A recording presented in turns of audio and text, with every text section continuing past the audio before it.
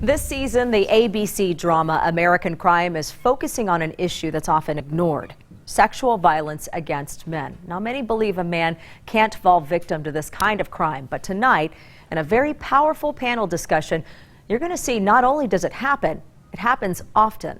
Now, before we begin, a warning. This conversation is incredibly raw, may not be suitable for all audiences.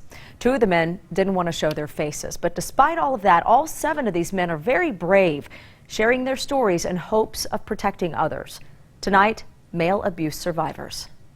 7 men, all with one thing in common. My entire life I felt like there's something wrong with me. Each one grappling with a life-altering experience. I felt that I was, what happened was my fault. I couldn't say that I was raped until I was 51, and I'm 59 now. Every story was different. I was in the military in basic training, and I was gang raped. From the military to construction sites. One of the drywallers ended up raping me. I ended up having to go back to that job site, for the next several months and see him every single day. Even their own homes. So I was sexually abused as a child by my father. The earliest memory I have is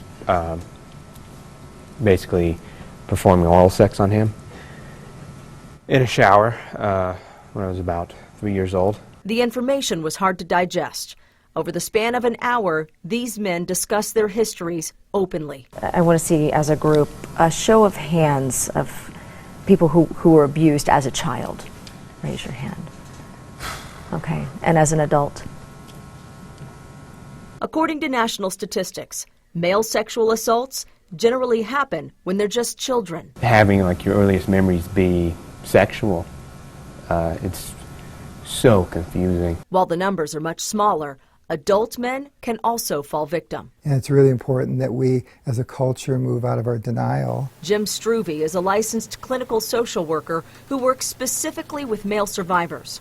He explains there's a real stigma around the idea of a victim being a man. I think our concept of masculinity, our concept of raising our boys, is that men are expected to be strong and tough, therefore it shouldn't happen to boys. That idea, that men should be strong enough to fend off a predator, created a guilt trip in each man that lasted for years. Did anyone feel like, well, since this isn't supposed to happen to me, I should have been able to control this?